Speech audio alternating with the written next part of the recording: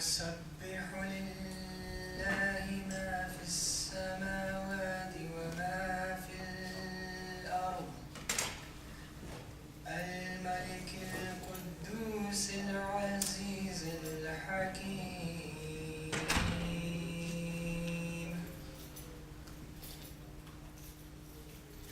هو الذي بعث في الأميين رسولا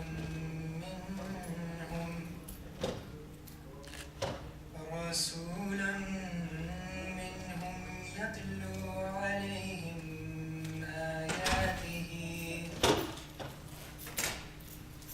ويزكيهم ويعلمهم الكتاب والحكمة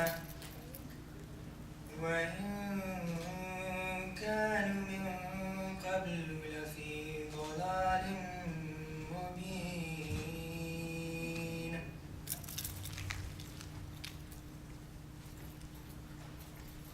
وآخرين منهم لما يلحقوا بهم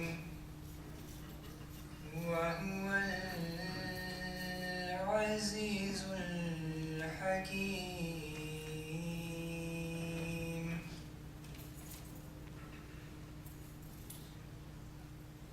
ذلك فضل الله يؤتيه من يشاء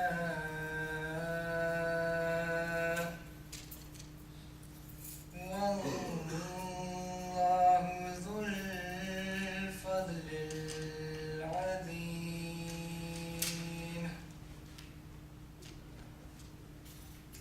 Jazakumullah. Translation by Ilyasa.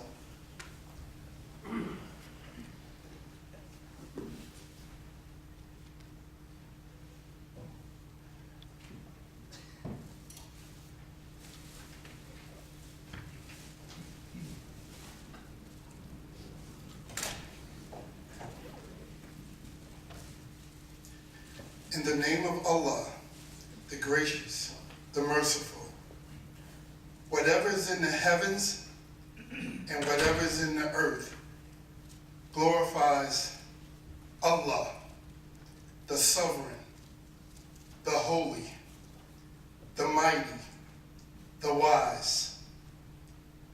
He it is who has raised among the unlettered people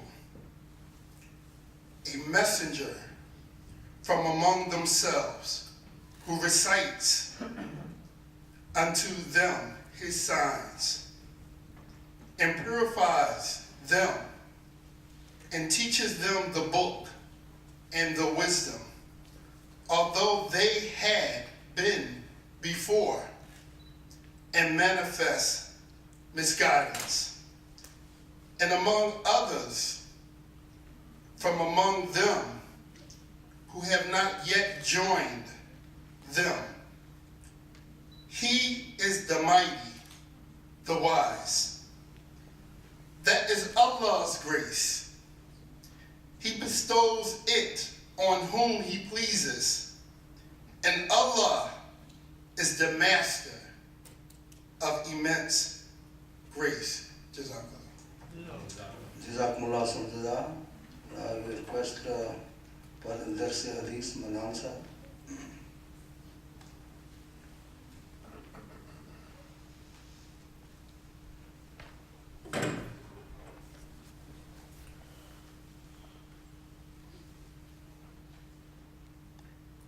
Assalamu alaikum wa rahmatullahi wa barakatuh.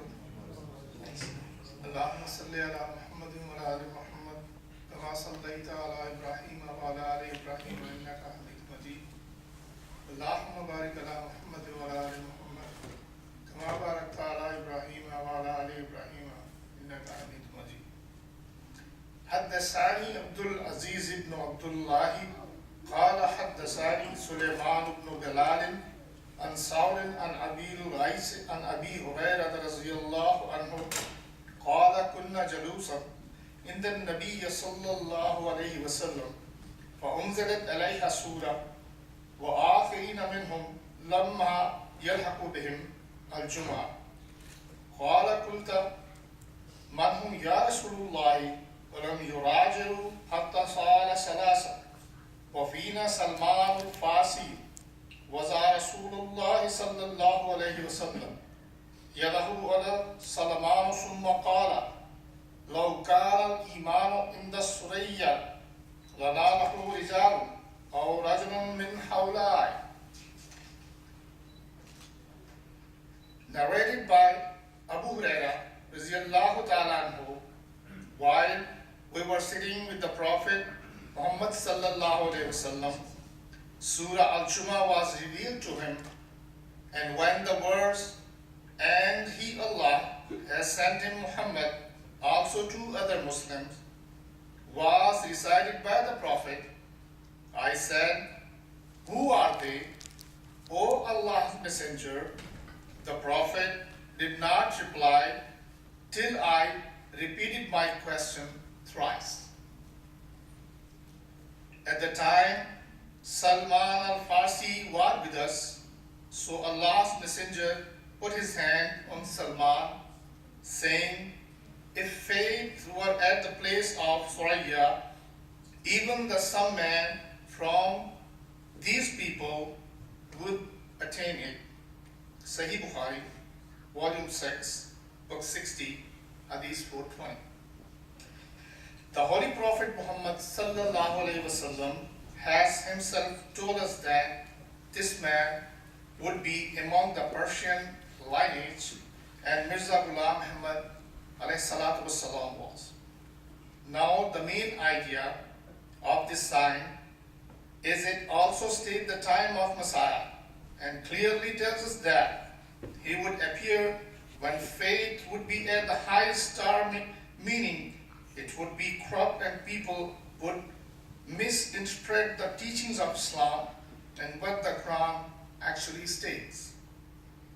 This hadith makes it clear that nothing of Islam would be left except its name, and the scholars would be the worst of creatures. In today's age, we see the condition of the scholars and what kind of things they do in the name of Islam. It is indeed unbearable to see what they blame our Master Muhammad Sallallahu Alaihi Wasallam for. Allah made it clear that this person would be the second coming of Muhammad Sallallahu Alaihi Wasallam in a spiritual sense, which further proves the truthfulness of Mirza Ghulam Ahmad alayhi salatu wassalam, as he was indeed a reflection of Muhammad Sallallahu Alaihi Wasallam.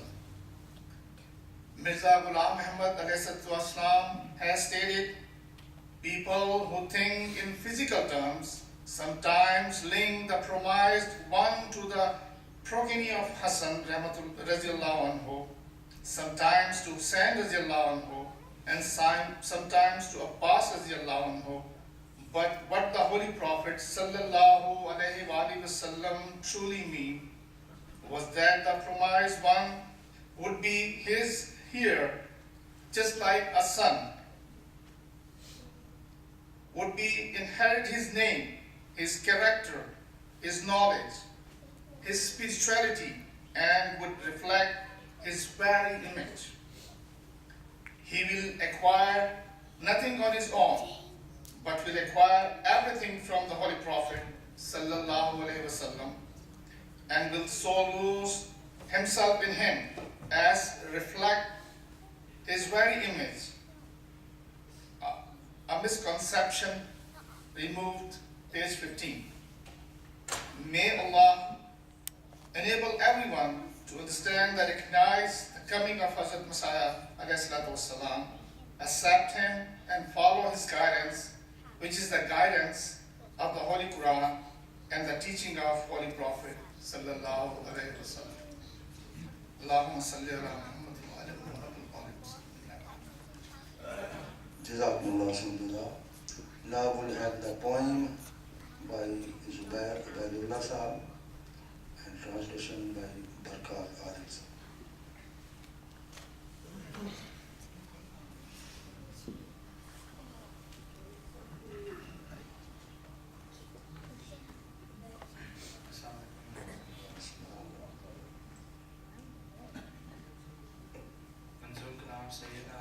مقدس مسیح موعود علیہ الصلوۃ والسلام.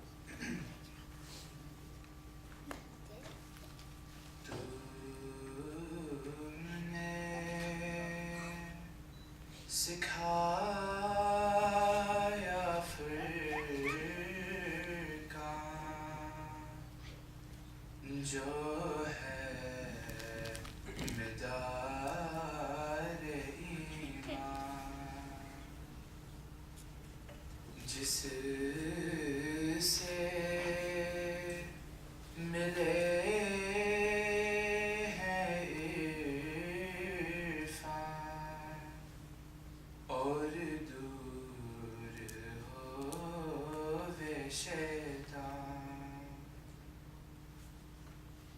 یہ سب ہے تیرا احسان، تجھ پر نثار ہو جائیں. یہ سب ہے تیرا احسان، تجھ پر نثار ہو جائیں. یہ روز کر مبارک سبحان من یرانی. تیرا نبی جو آیا اس نے خدا دکھایا. تیرا نبی جو آیا اس نے خدا دکھایا. دین کریم لایا، بدعت کو مٹایا. حق کی طرف بلایا، مل کر خدا ملایا. حق کی طرف بلایا، مل کر خدا ملایا. یہ روز کر مبارک سبحان من یرانی. ہے چشمہ ہدایت جس کو ہو یہ عنایت. ہے چشمہ ہدایت جس کو ہو یہ عنایت.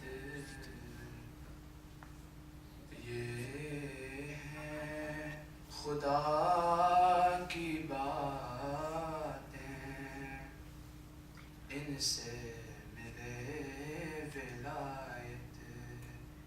یہ ہیں خدا کی باتیں، ان سے ملے ولایت.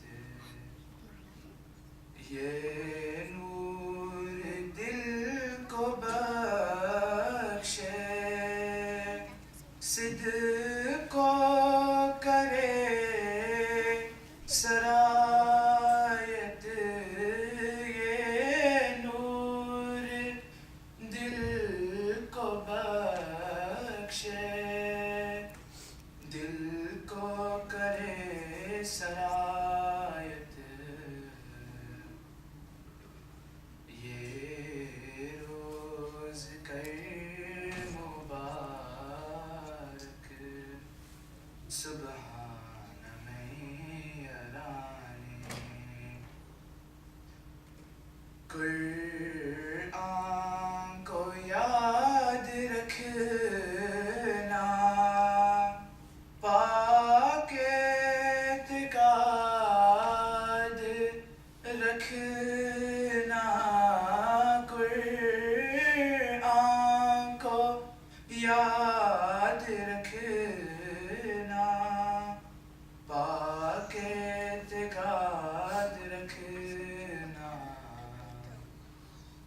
ذكر معاد رکھنا पास अपने ज़ाद रखना एक सीर है प्यारे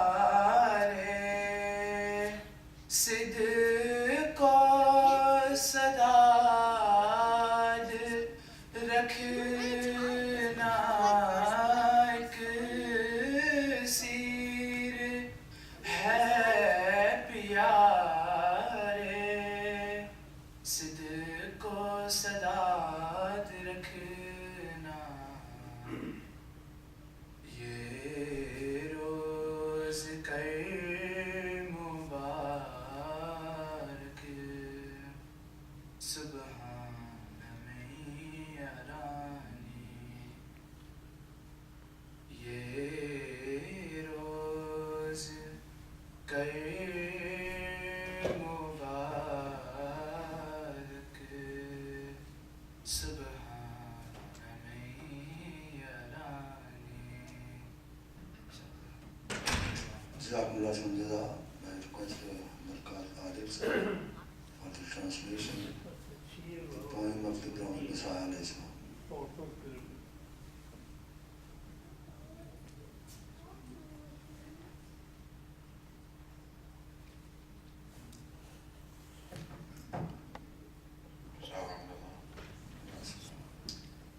You have taught me the Quran, which is the axis of faith, the source of all knowledge, and expels Satan. This is all your blessing. May I sacrifice my life for you. Bless this day. Holy is He who watches over me. We saw you when your prophet came. He brought the ancient religion to us. He eradicated innovation and heresy. He called us towards the truth. He introduced us to Allah. This is the fountain of guidance. Whoever receives it is blessed. These are the words of my Lord. From these you receive courage. This gives light to your heart, and it penetrates the heart. Remember the Quran, and keep your belief pure. Keep pondering from the last day. Keep your good works with you. This is an antidote for you. Keep your heart pure and truthful. Blessed this day. Holy is He who watches over me. Jazakallah. Jazakumullah Jaza. Our first speaker is Waqar Malik Saab, and he is going to speak.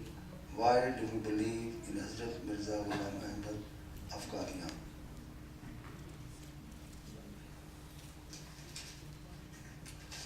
Assalamu alaikum wa rahmatullahi wa barakatuh.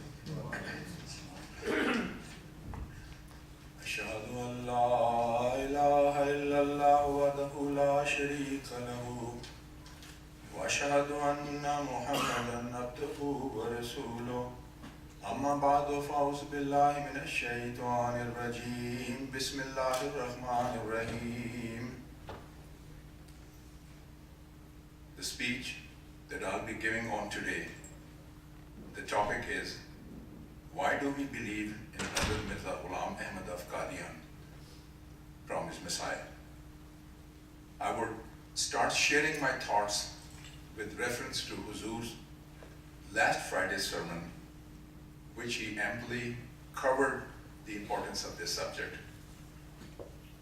Huzur said, one of the biggest proofs of the truthfulness of the promised Messiah alayhi salam was the need of the time. This era required that a great reformer be given to Muslims who guides them again towards the reality of Islam. Similarly, the entire world needed a divine leader who can once again connect people with God. This is why the promised Messiah alayhi salam has said in an Urdu couplet, "Waqt tha, waqt-e masihana, kisi aur ka waqt. Main na aata, to koi aur hi aaya hota." That this time was the time of coming of the Messiah. Had I not come, someone else would have been sent for this purpose. The promised Messiah alayhi salam has mentioned that Allah had desired to establish likeness between the two systems of caliphate, the caliphate of the Mosaic dispensation and the Muhammadan dispensation, as outlined in Ayat Surah Al-Nur, verse 56, where Allah Almighty says, وَعَادَ اللَّهُ الَّذِينَ آمَنُوا مِنْكُمْ وَعَمِلُوا الصَّالِحَاتِ لَيَسْتَخْلِفَنَّهُمْ فِي الْأَرْضِ كَمَا اسْتَخْلَفَ الَّذِينَ مِنْ قَبْلِهِمْ. The translation, Allah has promised to those amongst you who believe and do good works that He will surely make them successors in the earth, as He made successors from among those who were before them. Because Allah had sent the Messiah in the Mosaic dispensations in the 14th century after Moses salam, when the Jews had become corrupt and had forsaken the spirit of their religious teachings. Similarly, when the Muslims had become morally and spiritually corrupt and void of taqwa, at the turn of 14th century, Allah sent Messiah among the Muslims. The promised Messiah salam stated that God has sent me in this age to defend Islam and to show the beautiful face of Holy Prophet sallallahu alaihi wasallam to the entire world. In this age, we have seen thousands of allegations being hurled at the teaching of Islam and at the personality of the Holy Prophet Muhammad sallallahu alaihi wasallam. By the time Bahrain Ahmadiyyat was written in 1881, about 60 million books against Islam had been published. Seeing this, the honor of God desired that a reformer be sent to the world. Huzur Ayyadat Allah bin Nasr Aziz said again in his last Friday's sermon that the promised Messiah salam has presented thousands of arguments, and it is due to his writings and arguments that hundreds and thousands of people are accepting Islam and entering into Jamaat each year.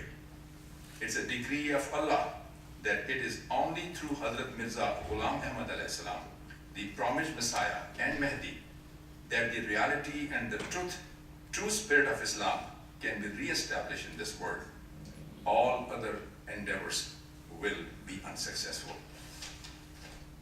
Similarly, the signs that were mentioned about the Messiah and Mahdi were all fulfilled in this time. The sign of the solar and lunar eclipse in the month of Ramadan and specific dates when the Mahdi was to make his claim has also been fulfilled. Then the signs mentioned in Surah Takwir, such as invention of new transport system, zoos, printing presses, etc., were all fulfilled. Likewise, it was mentioned that the Messiah would come from east from a village named Qadha. This was fulfilled as the promised Messiah salam was hailed from Qadhiya, India.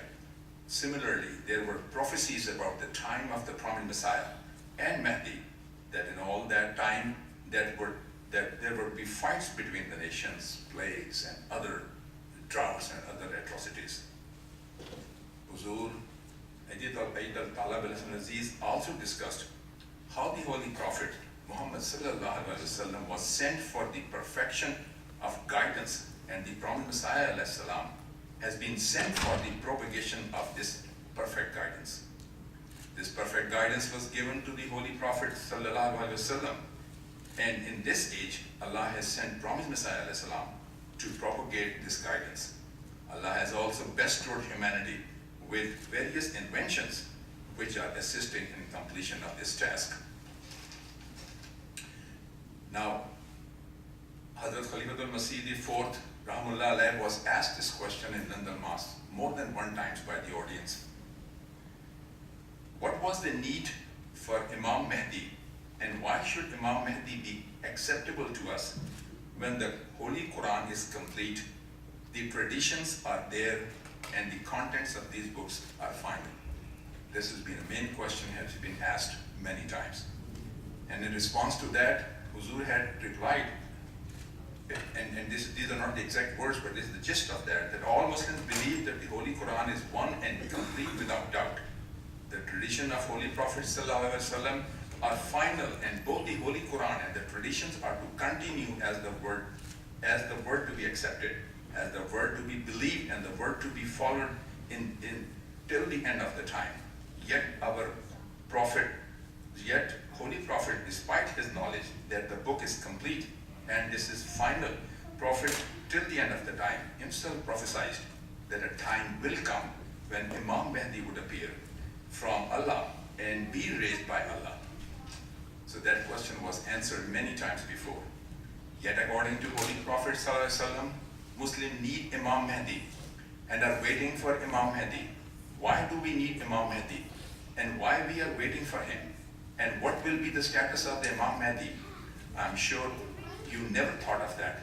If you should think of it now, you will be surprised that Muslims believe in Ahmadi Muslims and all other Muslim beliefs are exactly the same. Not an iota of the difference can be proved between these two different beliefs. All Muslim believes that Imam Mahdi is going to be appointed by Allah and is not going to be elected by the Muslims. There should not be a single Muslim who believes that Imam Mahdi will not be appointed by Allah, but will be elected by the masses.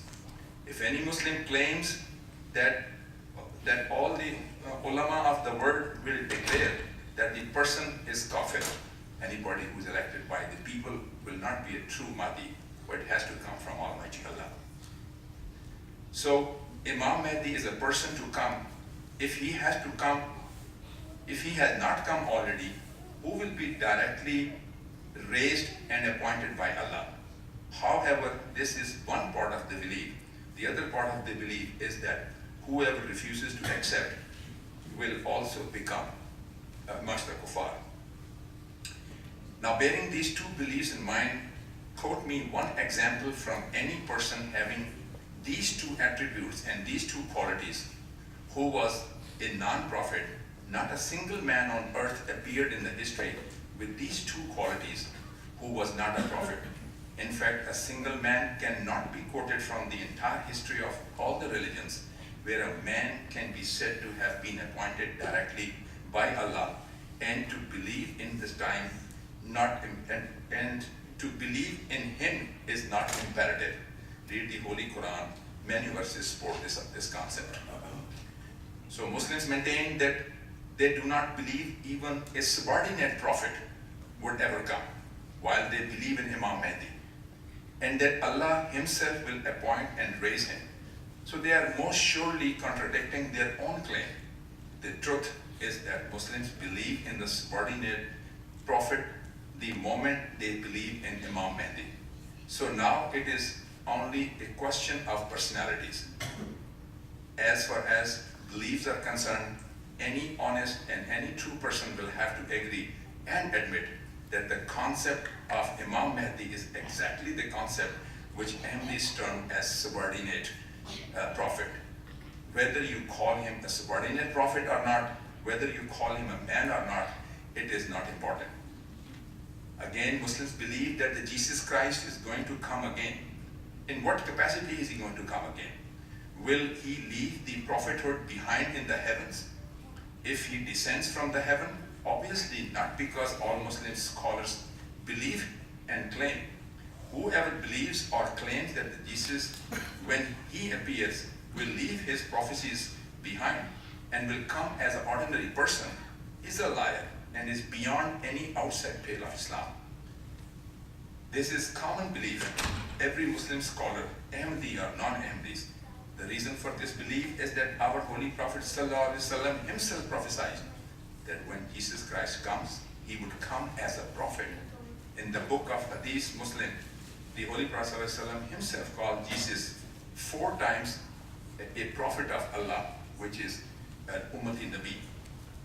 Thus, according to the Hadith of Muslims also believe that Messiah will come and that will come as a prophet. Now, contrary to the common sense, Muslims turn Ahmadis out of the pale of Islam because they believe the promised Messiah to be prophet, while the promised Messiah, whom Muslims are waiting for, themselves, is going to be the prophet. If the promised Messiah is true, he had to be prophet because the Holy Prophet ﷺ himself said that the Messiah that is to come will be a prophet. The only solution offered by other Muslim scholars is that he will be an Ummati Nabi, a subordinate prophet. being an Ummati Nabi, is not against the finality of the prophethood. And this is exactly that Ahmadis believe in. We do not believe in a new prophethood. We believe in an Ummati subordinate prophet as prophesied by the Holy Prophet Sallallahu Alaihi Wasallam.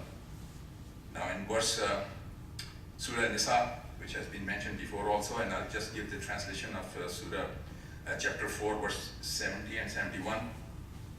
And who says, and who obeys Allah and His Messenger of His shall be among those on whom Allah has bestowed His blessings, namely the prophets, the truthfulness, the martyrs, and the righteous, and excellent companions are those.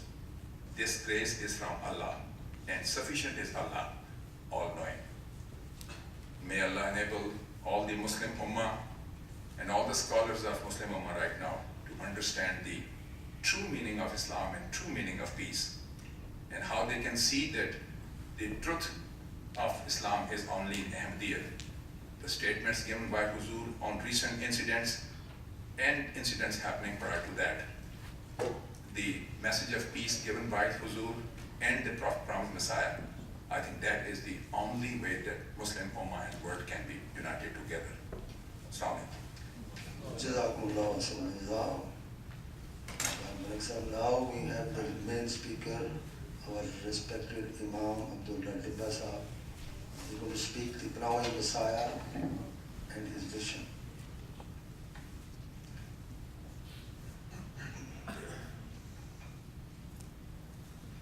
Assalamu alaikum wa rahmatullahi wa barakatuh. Ashhadu an la ilaha illallah wahdahu la sharika lah wa ashhadu anna Muhammadan abduhu wa rasuluh. Amma ba'du fa'udhu billahi minash shaitanir rajim. Bismillahir rahmanir rahim. There was a very great speaker who later became a companion of the Prophet ﷺ. And he was a great scholar as well. And a lot of people were shocked when he accepted the message of the Prophet ﷺ. And they came up to him and said, you had everything that was required of a Muslim, according to our judgment. You read all the books, you know the language, you know the interpretation of the Holy Quran. And most importantly, whenever you would speak to a gathering, everyone would be crying and would get emotional. What was the need for you to ever accept this man who claimed to be the promised Messiah, Imam Mahdi? And the answer he gave was very simple. He said, I used to make thousands cry, but I never cried myself. So the message of the Prophet ﷺ and his mission is something that is not only outward. The question is, what has it done for me and for you? And when we look at the mission of the Prophet ﷺ, it's twofold, as he mentioned himself. That the first one is to reunite mankind with his Creator, or with her Creator. And the second one is to propagate the message of true Islam to the corners of the world. That these are the only two reasons why Allah Almighty has raised me to this world. Because faith has left the hearts of believers, as you heard in the hadith. I have been sent to restore that faith. And secondly, the message of Islam is perfect, but it was sitting in books. And someone needed to be sent to propagate that message. And Allah Almighty has sent me to propagate that message. Otherwise, we would be sitting in books and we would be reading out the Quran, but it would never apply to us. So keeping these two in mind, the Prophet ﷺ summarizes his mission and said that it's not about the numbers, and how many thousands or millions of people join me. My purpose is to create a righteous community. A righteous community. And when we look throughout the history of mankind, we realize that, unfortunately, that righteous community is always very small. Jesus, son of Mary, left only a few disciples behind him when he passed. Moses, when he was crossing the Red Sea, very few people. Pharaoh had the huge numbers. He didn't even get to the promised land before he